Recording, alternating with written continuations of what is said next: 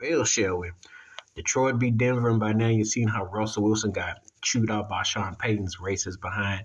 That ain't Russell Wilson's fault. Denver's defense been getting ate up, and that was all sides on offense.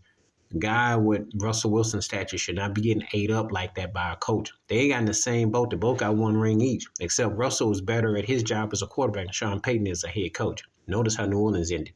Detroit, we're going to find out if they're for real or not. Very interesting. Las Vegas smashed the Chargers. Finally got Bruce Staley fired as the Chargers coach. 63 points by the Raiders. They only came up with an anemic Easter egg against Minnesota. How did the Raiders go from 0 to 63?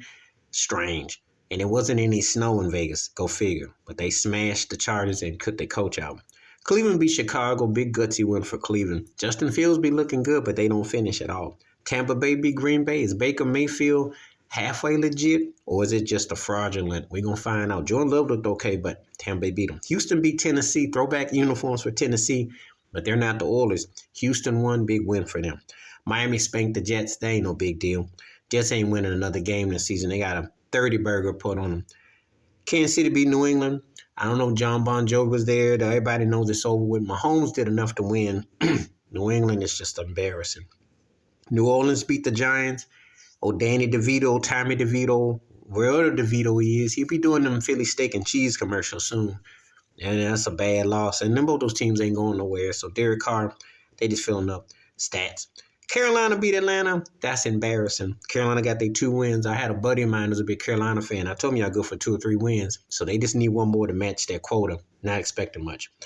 The Rams beat Washington. Everybody beats Washington.